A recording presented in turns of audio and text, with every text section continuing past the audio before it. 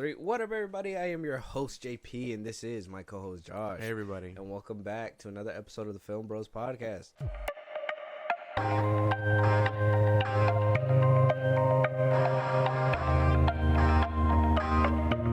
Welcome back, y'all. If you guys read the title, you already know what we're talking about. If our last episode, when we talked about this, did not get you guys buzzing, get you guys talking about it, that's fine. Go check it out anyways. We kind of dive deep into what, we're probably not going to see those episodes in the same light. So if you guys want to check out maybe that episode, it's out there right now. But today, well, Josh, let them know what we're going to be talking about today. We're going to be doing a full recap of Invincible Season 2. We all remember that day. For some, the pain will never fade. When I was a kid, I always wanted to be my dad. What if that happens? What if I become him and I don't even know it? I need to do more. I can save lives. Put me back out there.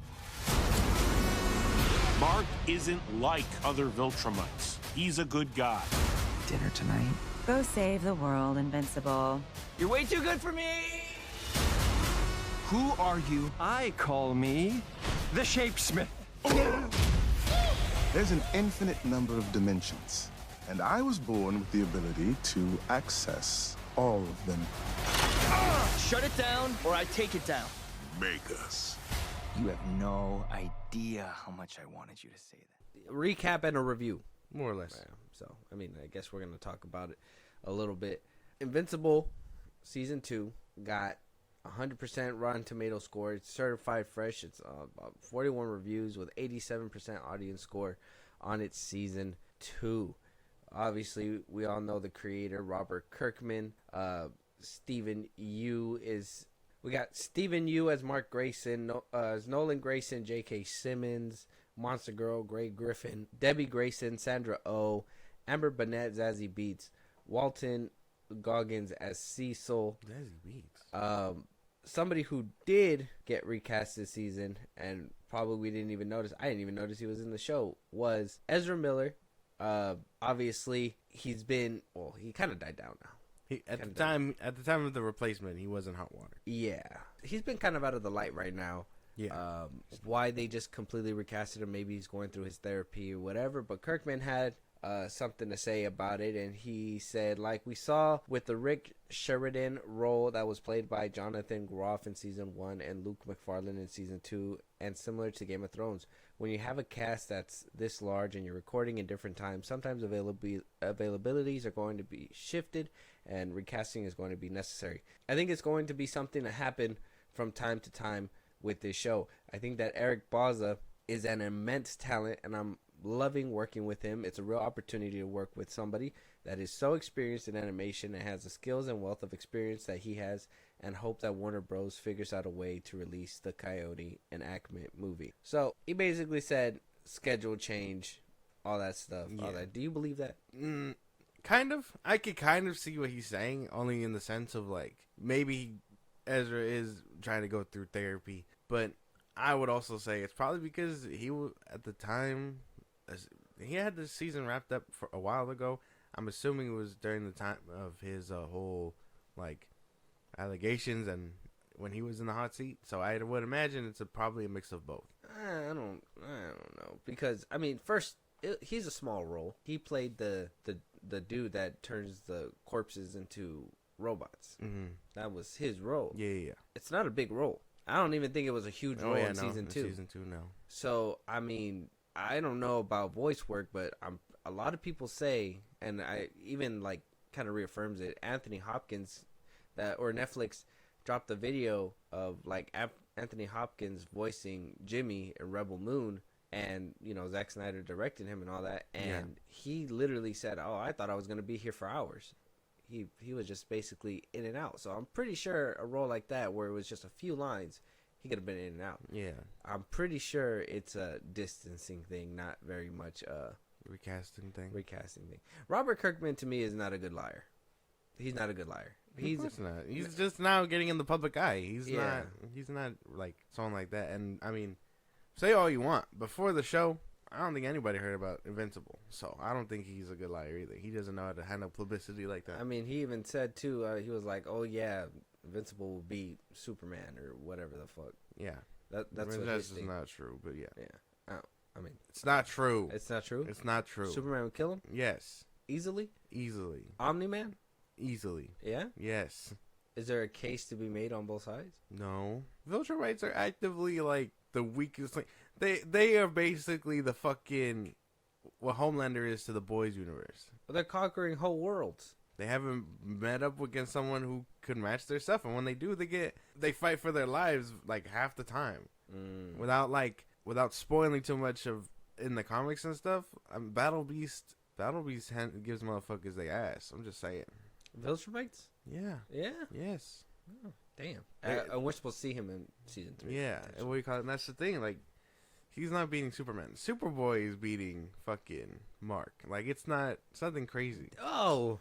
The weakest, like I saw someone say, the weakest Kryptonian is beating the strongest Viltrumite. Like, that's how one-sided it is. There's no way he beats Superman. Not according to Robert Kirkman. Well, Robert Kirkman is sucking his own dick. I don't know. he thinks his creation's stronger. Yeah. So I don't know about that one so much. And even then, he even came out addressing the complaints of the whole spacing with season 2 and what basically, I mean, his story on what led to that as well. And we did talk about and speculate in the other episode that we thought that, well, you said that it was a planned out thing. Yeah. I say it was an animation gap to give these people more time because they didn't have the time. I mean, I don't know. We'll see if he answers it. This is the question from the interviewer from Variety. Looking back at the first 2 seasons, what have you learned going into season 3? Kirkman responds that everyone loves split seasons. Thankfully, we worked on season 2 and season 3 concurrently. I guess, unfortunately, we're too far along on season 3 to learn anything from season 2, but I think we're picking up some things on how best to adapt this show. We're learning different things on the animation side that work and don't work, and that will continue to improve the show. I'm very happy with the show. I am loving how it's turning out, and I feel very strongly that season 2 is better than season 1. Season 3 will be better than season 2. If we're fortunate enough to continue, I hope that we'll be able to continue improving the show until the final season. It's just a perfect product that has no flaws in it whatsoever. And then the interviewer asks again, what was the reaction to splitting season 2 into 2 parts been like from the fans? Kirkman says, I've certainly heard from people who didn't care for it. I understand that when you're enjoying a thing and it gets taken away and given back to you at a later date, not the best. But it was a necessity for the production of season 2. Overall, I think it went well. The response to the last half of season 2 has very much been, wish there hadn't been a split, love the last half of season 2. We're still hitting number 1 on the Amazon platform. I don't think it caused any real lasting detriment to the show, but you live and learn, so we'll have to see things going forward. So it was a production thing. What the fuck, man? Why would you lie? Why would you tell people? Why would you go outright and tell people that your hiatus was simply for dramatic effect and bullshit like that? When you could have just said, "Hey, we're not done with the second half. We gotta finish that bitch up." Like, why couldn't you just say that? Now I look stupid because of you, Robert Kirkman. What the fuck, dude? I try to tell you, man. Fuck you, Robert. He doesn't know like, what that's he's talking about. Shit, dude. I don't know who gave this guy a microphone, but we're basically... He did when he decided to make the fucking show. Or when he decided to make the comic into a fucking show. Who else is going to answer questions? Like, he's the only one that knows. Yeah. I'm telling you, man.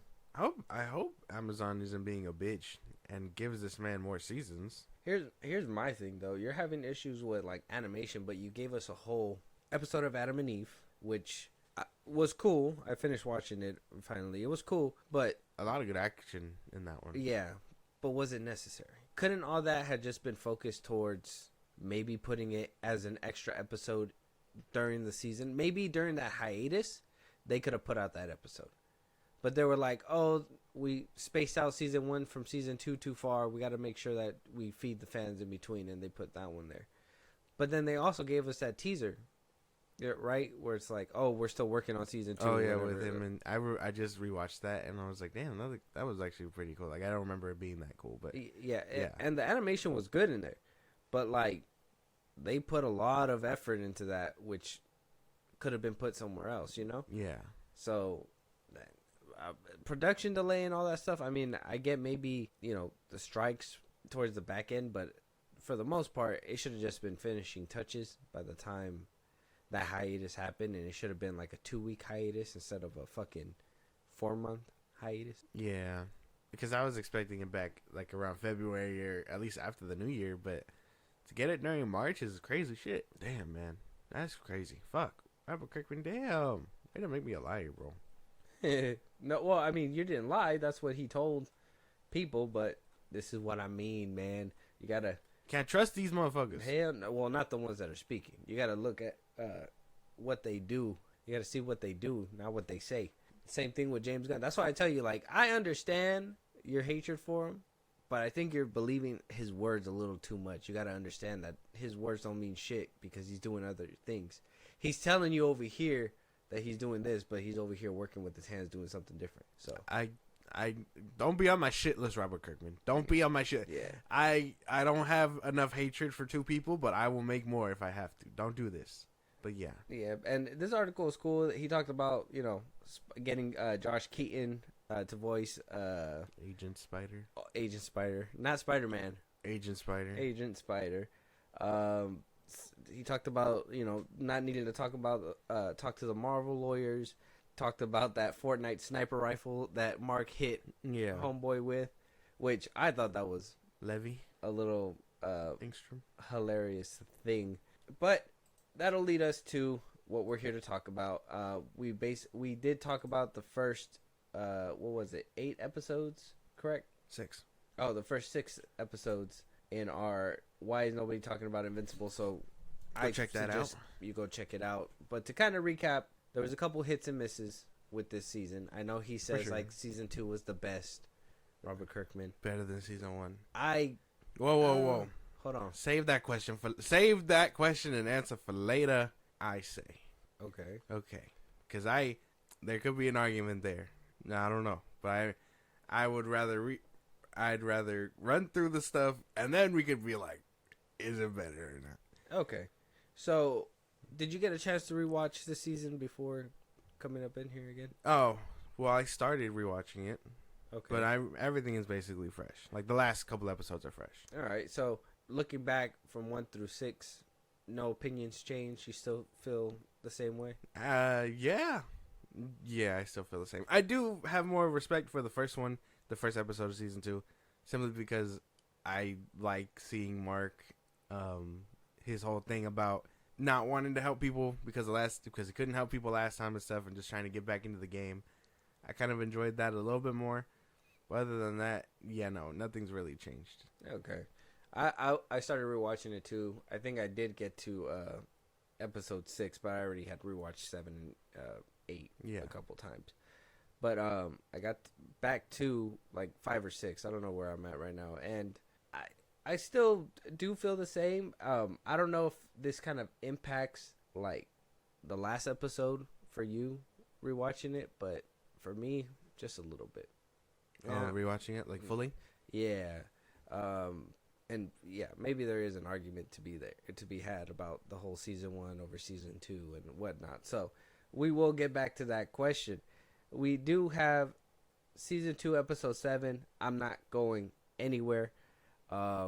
Mark's still trying to cope with his relationship in this episode, and then I guess the big part is he's met by a well-known character called Anissa. Or Anissa. And basically gets thrashed around and is told, hey, you need to help us out or we're going to fuck you up. Yeah. And he stood his ground instead of just, and he still got his ass beat. She was beating his ass, beating man. the fuck out of him. That whole, the uppercut where his eye, like, completely cracked, like, I was like, damn, ouch. When he went for that punch and, like, she fucking sideswiped him and just the fucking uppercut to the ribs. I was like, God damn. Yeah, it's not a good She look. beat his ass. And then after beating his ass, she just said, again, some plot armor here. She just let him go. Yeah, because She he said was like, somebody else is coming. he was like, I'll help, and she was like, well, yeah, because if you don't, they'll send someone else, and it won't be pretty after that. He didn't say he was gonna help. He said either do it or don't. And she was like, if what do you call it? If you don't comply, somebody else is gonna come down or whatever. But she didn't want to. Oh no, didn't he fold? No, he? he didn't fold. No, not Cecil was because telling him to Cecil fold. was telling. Okay, And yeah. he just refused to fold. Okay, but yeah, he was just like, that was a lot of stress for 3 words. Yeah, he got his fucking ass beat. Yeah, all he had to do was be like, okay, I'll do what you want. Yeah, He could have yeah. bought some time, but he would rather take an ass whooping than to say that. Yep. To utter those words. I don't know if that's heroic or stupid, but you know, to do that and get your ass whooped regardless is kind of like, well, fuck. And then by the end of this one, we wind up finding out that the alien is still alive. Well, I think we found out in episode like 6 that he was still alive, but this time he's stronger. He's still moving out there. Yeah, And winds up getting captured by Anissa, which Yeah. is crazy. Alan. Alan the alien. Yes. So, what did we think about episode 7? How like the whole relationship balance? Obviously. Before episode 8 showed up, I was like, damn, man, he keeps getting his ass beat. That's my thing. That's like my one gripe, where it's like he keeps getting his fucking ass beat. And I know, like, people were like, oh, well, you know, he was holding back and this and that. Well, like I said, shit, man, he shouldn't have been holding back to someone like, kicking his ass like all over the world again. Yeah. Oh man, I don't know. That was like my biggest gripe of the episode, but everything else was fine. And then I mean, basically, spoilers, like it's kind of spoilers. It'll be tagged, but they dump each other basically. They break up, Amber and Mark, and I mean, it wasn't after fucking she pissed her pants. yeah. She was like, Anissa came down and was holding her neck and Well, was yeah, like, but by season 6, they were already on like shaky ground. yeah, so. but they were on a date to see if they could rekindle that, right? Mhm. Like he was off the grid. He told Cecil, "I'm taking some time he was off." trying. Yeah, Him and Rex created a bond in that episode where that shit was cool. Rex is trying to come back into the field and trying to recover. He winds up needing a little bit of assistance. Actually, doing that pulse thing was cool. Yeah, it was pretty cool. That gun in the Yeah, hand was yeah, rad. that was fucking cool. So after all that, he wound up helping them. They got some time, and then next thing you know, Anissa comes down and is holding the neck. Is like, if you think you can clear this space, good thing he didn't try. I thought he was gonna try. I know, me too. I was like, fuck. I thought it was gonna happen. Imagine how cool it would have been if he did, and then I don't know. In this instance, he cleared that space. I don't know. Like that would have been cool to see. I mean, if he got sideswiped at the boat, you can tell Yeah. that it was a good decision. Sideswiped? Yeah, he got sideswiped at the boat. Yeah, but that was like my biggest thing though. But other than that, the episode was cool. Like I like seeing Rex come back and everything like that. I would say this episode is pretty solid. It just the ending. I don't like Mark getting his ass beat. You don't like your hero losing. It was Yeah. crazy that it kind of showed. How did we feel about like that whole thing where it showed that she's basically right? That shit was tough. Because yeah. like, he couldn't do it. Yeah, he couldn't do it, like alone, and like maybe that's probably the whole like he's holding back argument. Because if he could have just went through the monster like nothing, he could have saved all those people in half the time. But she was actively like showing him that he just can't do it on his own or whatever. And I mean, it wasn't for lack of trying. Omni-Man was trying to get this point across to him. He just beat his ass into submission, and not even then. He wasn't really submitting. He was just too beaten to fight back. So Yeah. He did the same thing what he did with Anissa. He refused to stand down. yeah. He was just like, So maybe his morals are invincible, but his body not so much. yeah. I mean, he does heal. he does heal. He heals pretty quick. But I thought that was cool. She was actively giving him like statistics and math and stuff, and he was still just like, no. I think as if I was writing a character, if seeing that and being told holding back is the problem, I just would still be on the good side, just stop holding back. Fucking ram through shit, do all that stuff if you need to, and that's it. Like, why know that you can do so much to help these people if you just unload? Yeah. I think, and I hate comparing it to like Superman. I know a lot of people hate that whole comparison with Superman, but it's kind of like that one animated movie where he's like, oh, I always got, oh no, it was during the show. He was like, oh, I always had to hold back, like I'm living in a cardboard box or something like that. But like, and he was face to face with Darkseid. He was like, with you, I don't gotta hold back.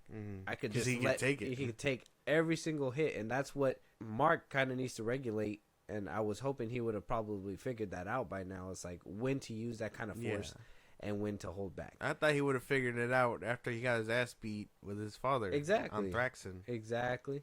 But that just didn't happen.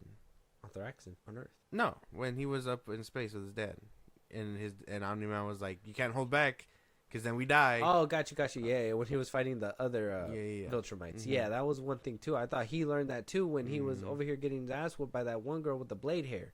Yeah, and then like he actively stops holding back, and then like beats her ass. Yeah, and I was like, okay, lesson learned. So now we're gonna see some good ass fighting from Mark. Yeah, it just didn't happen. Yeah, that one still a good episode. Just I don't like seeing my hero get his ass handed. Yeah. Not this badly anyway. At least with Superman, when you see him take a hit, he's just like, okay, now I know. Now he can regulate his power and deliver it back. But he's not gonna ram through Lex Luthor. You know what I mean? Yeah.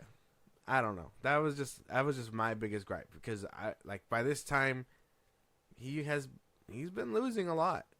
And I know episode 8 is everyone's like turning point to where he's like, oh, he's gonna stop losing now. This isn't that, and it's like, I don't think so. It's like, what? Okay, yeah, one dub out of how many losses? It's insane. I mean, I understand the whole arc thing where he needs to like grow and stuff. I get that. I understand the narrative. When you hit milestones, and that's why I was kind of curious about that, because he did go up against those two Viltrumites.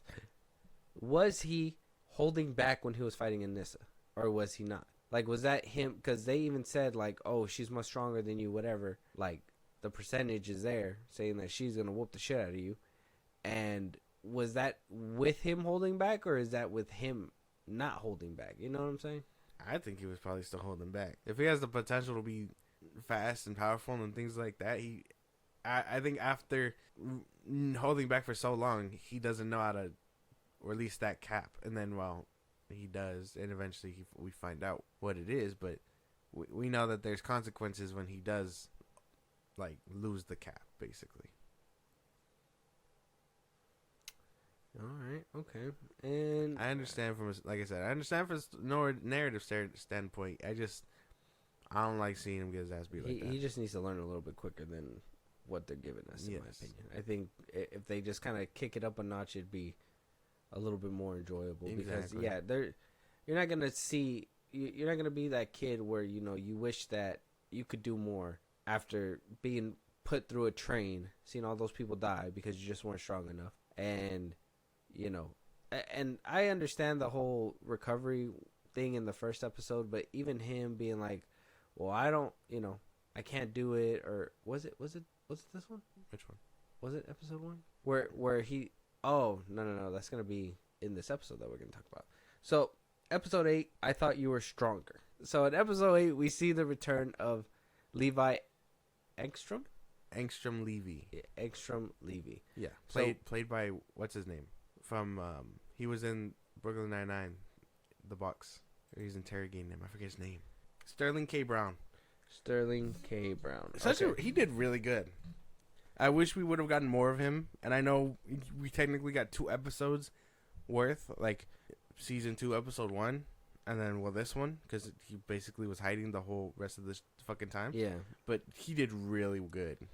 Yeah, and okay, just to kind of recap, so we see him in this episode. Yes, he's already here for his revenge. He's gonna be attacking Mark's mom and his baby brother, and Mark's trying to stop him, but he's still kind of holding back because he knows he can't let it all out.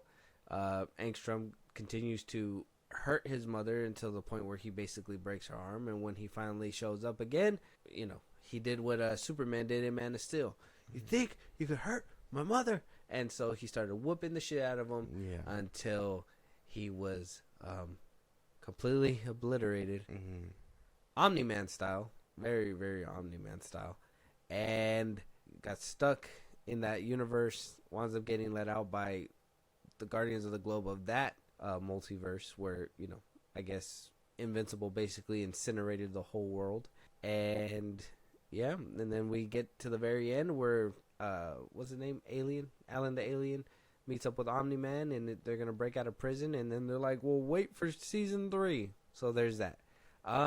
Yes, I know a lot of people were like, oh, this is the best episode, hot take, this shit was ass. Why would you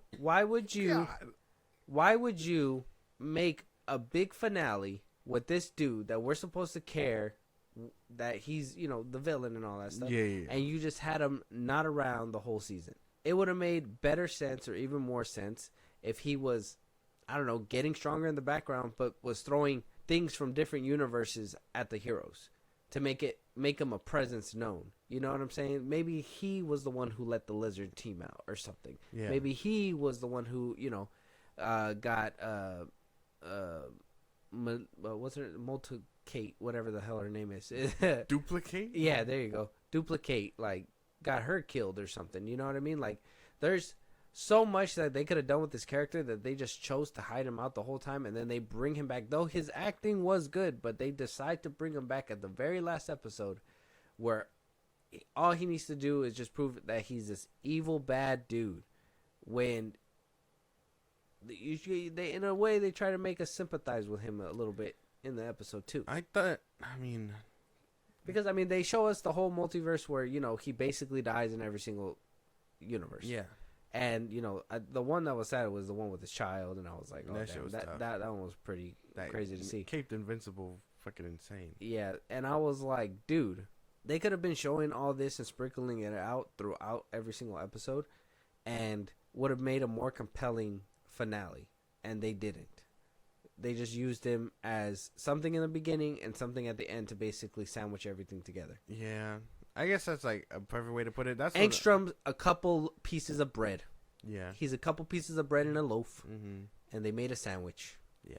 With this season. Exactly. I mean, like I said, I liked him for what he was. I do wish he was there more. Maybe Sterling K. Brown is just expensive. But, like, I was expecting him more. And I know we got end credit scenes of him walking through the multiverse and this and that. But, nah, man. To have your main villain kind of disappear so Mark can basically have side quests and then finally stop the big bad, all while having that full circle moment arc, it's like, well, then what was the rest of the ship for? What was Anissa showing up for? What would, like, him actively being told not to hold back and then holding back after the fact just to get his ass whooped by Anissa? Like, it doesn't really spell out, you know, good storytelling when you put it all together. Yeah, because it would have been better if he was the one who was, like, kind of like the big threat. He's dealing with his father. He wound up going, I mean, you basically gave him a whole side mission where he goes out and, you know, finds his father out there. And I get it, in the comic books, that's how it goes, whatever, blah, blah, blah. But if you're trying to tell a compelling show and get people excited, it's not a bunch of little missions that he's going on. It's supposed to be, this is your villain of the season. This is your protagonist of the season. You know what I mean? And then have those little side arcs on the side. I just don't like that they kind of just did not use them all season. And that's the crazy thing, because a lot of people that read the comics are like, oh, you know, it's really good or whatever, this and that. And then they know what to expect for potential season 3. But, I mean, for the ones that are just watching, for the show people, the ones that are just watching the show and are actively like, oh, well, I don't know what's going on, and I don't feel like reading a comic book to find out, they have to be having similar, like, thoughts, right? Like, it's not all cohesive. Like, I think, like, from a show standing point, having your main villain disappear for the whole show is, like, terrible. Yeah. Yep. So when that all happened and it all went down in that finale, don't get me wrong, it was cool to see that he's finally getting over it, but it wasn't as Yeah. powerful as I was hoping Mhm. it to be. I was just more worried about the whole I was just more worried about the baby, because he was like threatening to kill the mom and the baby. Yeah. That's what I was worried about. And then after, they kind of removed them from the equation when he decided to, let loose yet again. I mean, at that point it was just punchy.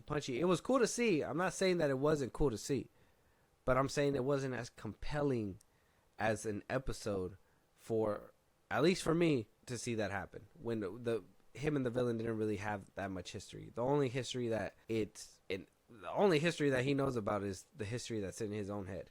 Mark was active. He actively, like, I don't know if it was just for the joke, but he was literally like, "Oh, you're that guy." Like, okay, damn.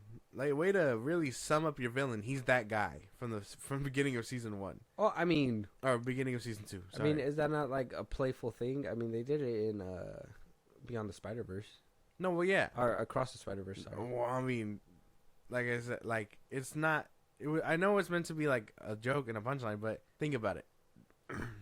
Imagine seeing this show and then being like, "What the fuck? We haven't seen this guy for how many episodes?" Like, each episode is like an hour long, and then you're like, "Oh wait, yeah, this is the dude from the beginning that Mark actively forgot about because he has other shit going on." They didn't really build this guy up, and then we're supposed to be like, "Oh, he hates him because he did that to himself." Like, no, we remember, or he remembers poorly, that he did it to save Mark or whatever. Because he didn't want, or not save Mark, but he didn't want this project of his to be with blood. Well, and so he threw that pacifist thing out the window. But yeah, well, and kind of like how I was saying that we seen this done better in like Across the Spider-Verse.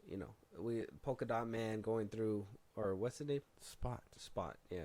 Spot going through different dimensions, and them needing to follow, but he was over here berating him because he was not the best villain or whatever, blah blah blah.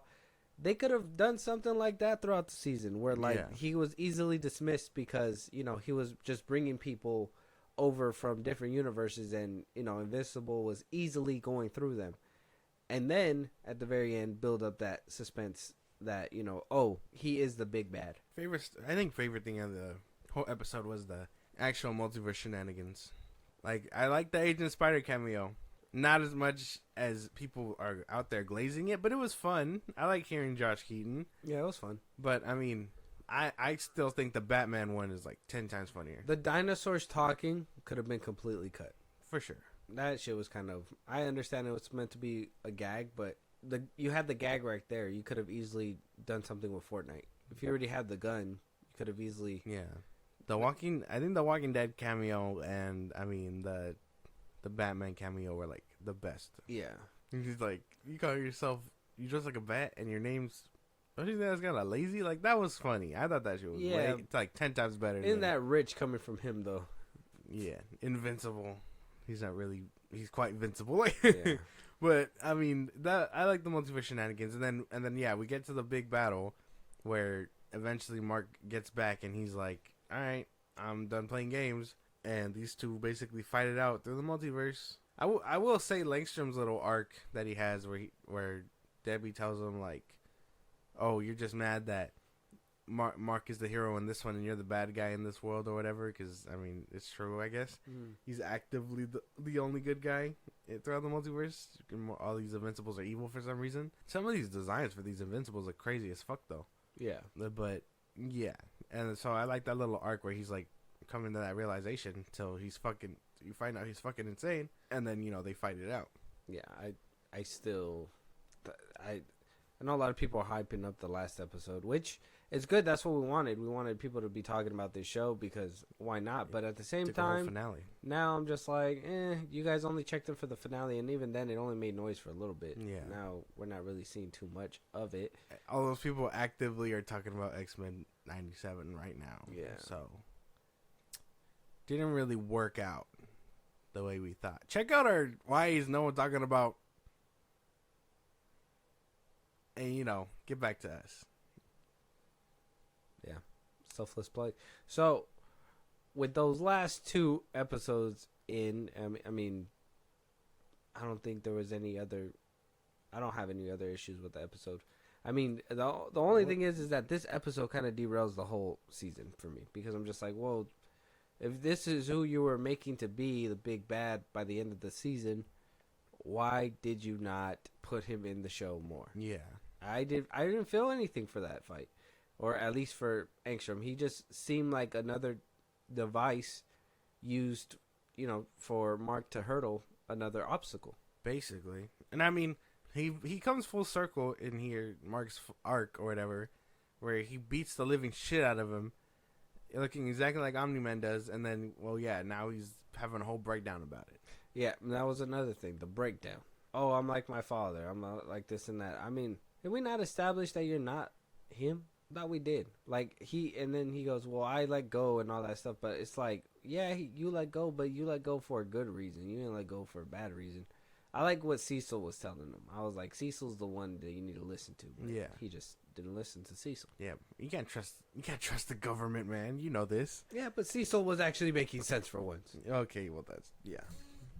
The fact that he gave Rudy his job back was crazy shit. Because Immortal took a whole hiatus. That was crazy. He was just like, you want your old job back? And he's just like, sure. Man, seeing Duplicate come back and that the other girl wasn't dead, I was like, one of them should have stayed dead. It's funny you say that, because in the comics, that's not what happens either. they act like, I don't know what happens to Duplicate, because I thought she bit the dust. I thought they probably would have stuck to the guns there.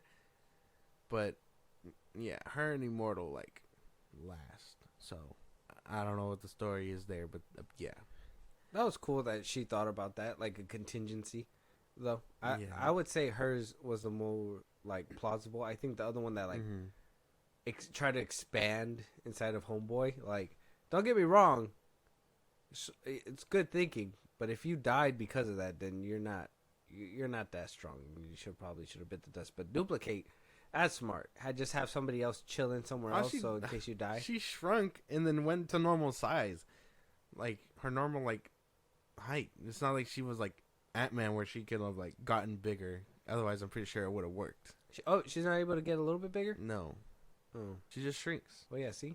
That's the thing that sucks. If she was like Ant-Man where she could get bigger, she probably would have blew right through that fucker. That's about it. But Mark's whole thing, just to get back to the final episode, Mark's whole arc comes full circle, and we spent the whole season telling him, well, he's not like him, and then he's told he can't hold back, and whatever. So the time that he doesn't hold back, and he smashes Homeboy's brain in, and he's just like, well, maybe I am my father. But it's we're telling, you went through the whole season, you didn't learn shit, bro. You didn't learn not to hold back. You didn't learn that you're not your father. Then what are we doing here? It was just a filler season. I know. People are like, season 3 is going to be crazy, because now they get into that dark and blue, his black suit, basically. Yeah. And it's okay, but we didn't have to sit through this then. Not really.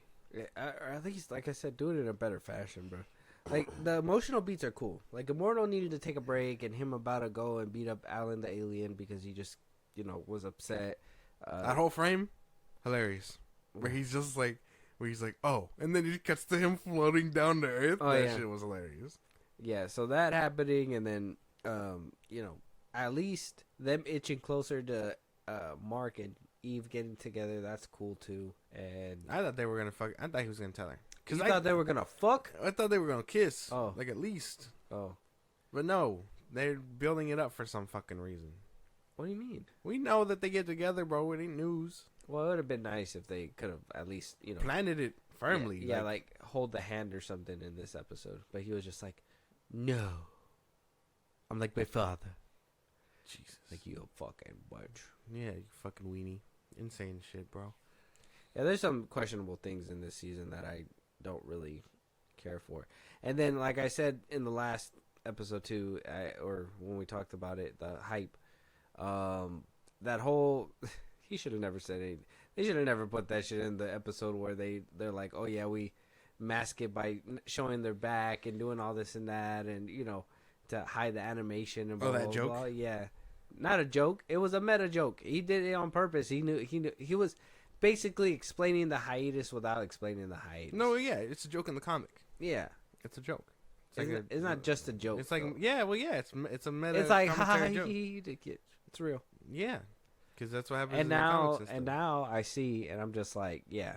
You couldn't tell before. Well, before I just thought it was style choices, Oh. and I understand it still saves on animation, but I didn't think it was like a business perspective to be like, okay, we got to cut costs by doing this or doing that. I thought it was No, like man, you can- the creator's shots and stuff like that. No, man. You could tell. You're not gonna sit here and tell me you do the same thing, bro. There Bro, ain't no what do you way. mean? Yes, you can actively tell when frames looked really good and some took less effort because they had a cut. And that whole, you're gonna look at it crazy now. It's crazy that you didn't know this before. When you go back and rewatch season 1, watch that first season where the fight scene with Omni-Man breaking the fucking Guardians of the Globe. Their face literally emote differently until the final frame where it's like no reaction like at all.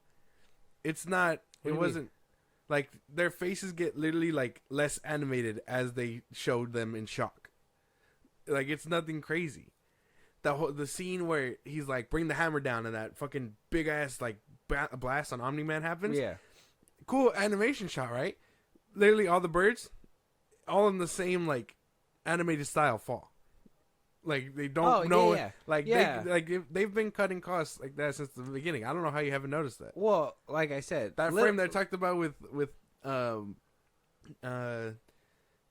Immortal just now, that was them cutting costs. Where it's just a JPEG image. Man, come on, bro. You didn't know that was. Look, bro. I understand that it's more aware and all that stuff, but these are things that you just assume are stylistic choices. No, I didn't assume that there's somebody there that's like, okay, yeah, this is gonna easily just do the job. It's kind of like when you watch older cartoons too. Like it's just stylistic choices, but also now you could probably think, obviously, budgets and all that stuff. Well, play into cartoons play. did it with CGI. What are you talking about? Well, like the '90s Spider-Man cartoon when he's swinging and stuff. The city around him was like a CGI. Well, yeah, they city. used 3D animation at that point, but they did the same thing with Omni-Man in season 1 too. Well, yeah, but that's the thing. Like it. There's 3D models for those things. It was like noticeable. I didn't think it was stylistic. I thought, they have no budget to animate this, so they went with a quick frame. But No, I just thought it was animation style. But then after he kind of pointed it out, I was like, oh, okay.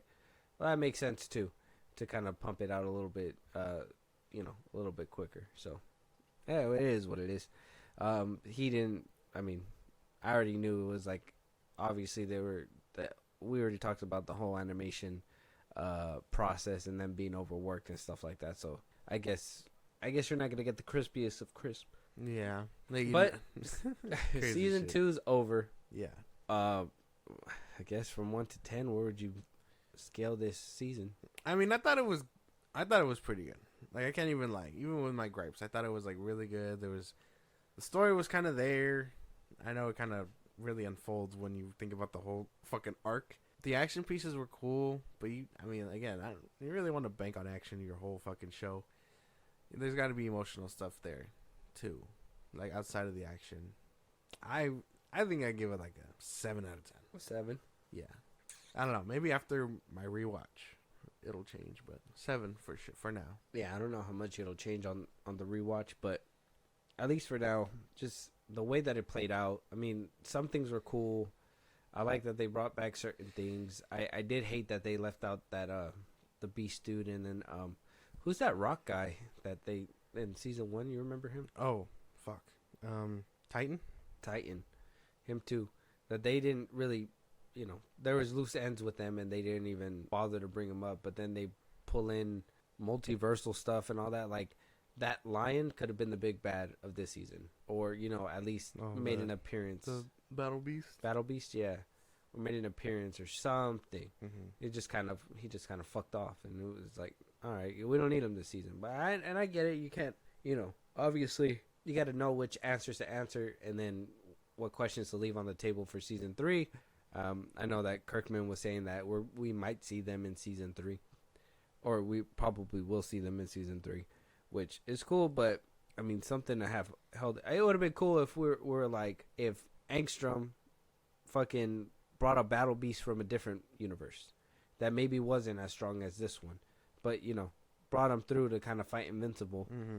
and it's an obstacle, a hurdle that he could have went through. But nope, they were just like, well, we won't be able to do that. So with that, I mean, by the end episode, though the season's cool, I think I could rewatch it. It has rewatchability and all that. I think I'm kind of on the boat with you. I think I'd give it like I would say like 6.5. It was cool because I think I put the first season at like an 8.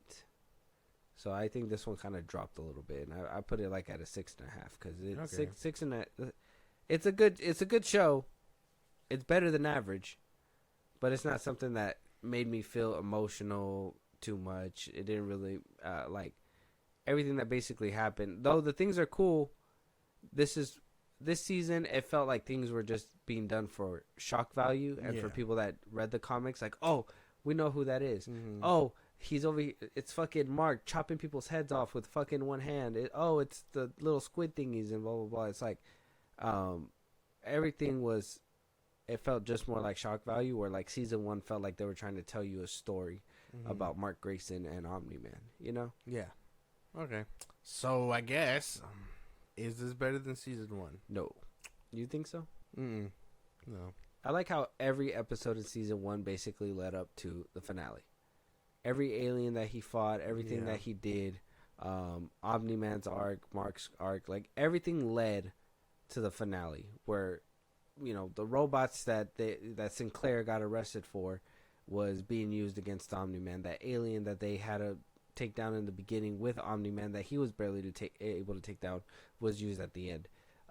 Cecil basically played him throughout the whole season to, because he was one step ahead the whole time. This time around, Cecil was fucking dealing with Homeboy having a fucking identity crisis for being a robot. Like, that, I understand that's pretty freaky and that's a compelling thing, but we need to save those things for our main character. Yeah, have that on the side, but what about our main character? What is he going through? And by the end and where the finale is, he's just going through another crisis. Yeah, I don't know. Yeah, I really liked the first season. This season kind of took a dip for me, and the wait, the hiatus, to me, it wasn't worth it. Yeah, it didn't help.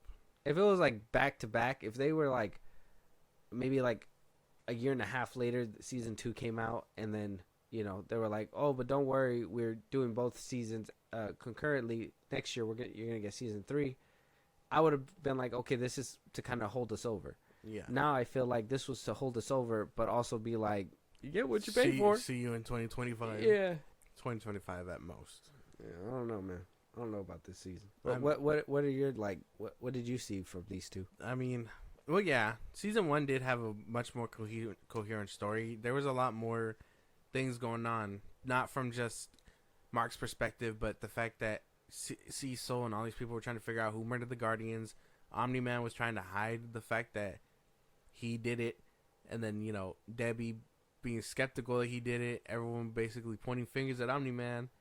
And then, the big reveal happens. And so there was a ticking time bomb. Yeah, there was. Yeah. You didn't know when Omni-Man was going to get found out. You didn't know what he would do to, what lengths he would do to stop him. And they planted it out, too, because, I mean, when he was fucking up the damn, the aliens from the alternate dimension, and then he, was just like, oh, it's not yours to conquer and things like that. Like, he was actively planning the bomb, again, just to be like, oh, when it blows up, we're gonna know what he's all about. And then we did. This one, like I said, it handled Mark's whole arc. We didn't see Langstrom too much, and I mean, I would say it focused a lot more on the Guardians of the Globe as well.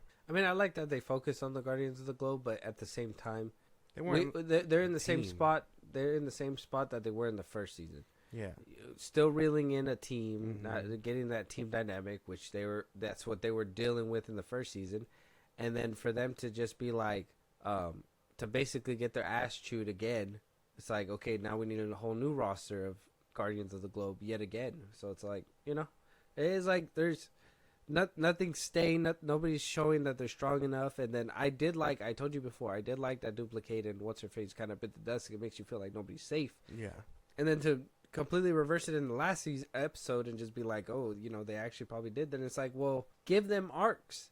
Rex having an arc, out of all people, was crazy shit. Yeah, his arc was more compelling than what Mark was going through at this point. Yeah, and then I mean they covered him up in like 2 episodes, not even. Mm-hmm. And then Immortal taking time to bitch and moan. Robot basically handling what it's like to be like human, and then trying to save Monster Girl. It was really like they were trying to explore this team and stuff, but I mean they weren't really a team. They were just characters that circumstantially ended up together. Yeah, I don't know, man.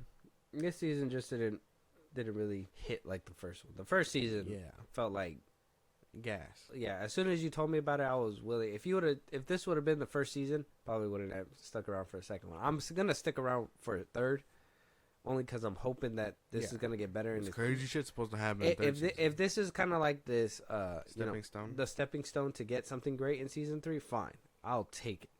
But I expect something amazing to come out of this. Yeah, and apparently, to the comic book readers, crazy shit does happen. I don't know how accurate that is. I've seen some stuff on YouTube involving, but they're already changing stuff. All those marks, but I mean that's about it. Yeah, but they're already changing stuff. So if they're changing stuff, then that means that not everything's gonna be like the comic book when it shakes up. Mm-hmm. Yeah, they did the same thing with the boys and all that stuff. They're changing stuff. So I mean, yeah, you could rely on the comics, but then when that shit doesn't hit, you guys are gonna be like, this shit sucks. It's nothing like the comic books. The comic books are superior, but it's like this is a whole different thing, and they're telling you, they're gonna be changing some shit up. So if you're those comic readers, that's what I was running into when I saw the people were mad about potentially not seeing Spider-Man, and I mean technically we didn't see him. We saw someone else, like a whole new person, but they were really upset. They were like, well, what if we don't see Spider-Man? I go, why would you care about seeing Spider-Man in an Invincible show? Yeah. You want to see Spider-Man, watch the other Spider-Man shows. And they were just like, well, yeah, but in the comics, and I go, well, they're actively changing stuff from the comics. And Sony is actively a bitch when it comes to sharing stuff like that. Mm-hmm. They're not going to jump the hurdles just to get that shit greenlit for like 12 seconds. Not even, like, you know what I mean? Yeah. And so just for them, just like a throwaway cameo, basically. Like, it wasn't going to happen. And the fact that people were, I mean, yeah, you're content with seeing Agent Spider because it's the closest thing to Spider-Man, but it isn't Spider-Man. Mm-hmm. That was my big thing, because I was like, oh, this is nice, and I know what they're going for, but this is an imposter. Like, I don't want knockoff Batman, I want Batman. Like, it's not going to work. Okay. Yeah, I see that. Oh, no. We'll have to wait till season 3. I think we basically covered all this stuff. I think by the end of it all, season 2 wasn't the hype that we were hoping it to be, unfortunately. But here's to season 3 being better. Yeah. Hopefully that happens. And hopefully Kirkman over here knows how to lie a little bit better. Maybe hide his cards a little bit more. Or at least get your shit straight, man. Yeah. Don't make me come out and defend you just to tell people this other shit. I don't want to look like a liar. Like you. With that being said, though, let us know what you guys thought about Invincible Season 2. Have you not watched it? Does this help you want to kind of watch it? Are you curious now? Or is this putting you completely off? What are your guys' theories for Season 3 if you guys have been keeping up with Seasons 1 and 2? And let us know if we're wrong and that we are missing out on peak or something. With that being said, though, if there's any topics, any movies you guys want us to review, or TV shows, if there's, if you guys want to collab with us on this episode, have your voice be heard, one of these days, hit us up and, catch a live one of these days or support us in a big way. Go ahead, Josh. Twitter, TikTok, Instagram at FIlmBros Podcast. We post new episodes or you hit us up there for any news or movies you want us to cover. Buzzsprout links in the bottom of the socials I just gave you. It's like a Patreon. You subscribe. You help the show grow. We'd greatly appreciate it. You can listen to us anywhere you get your podcasts at FIlmBros Podcast, at Spotify, YouTube Music, Apple Podcast, again at FIlmBros Podcast. We're on a bunch of sites. Check us out.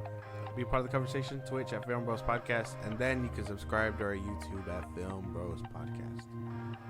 And with that being said, we'll talk to you guys on the next one. Talk to you guys later.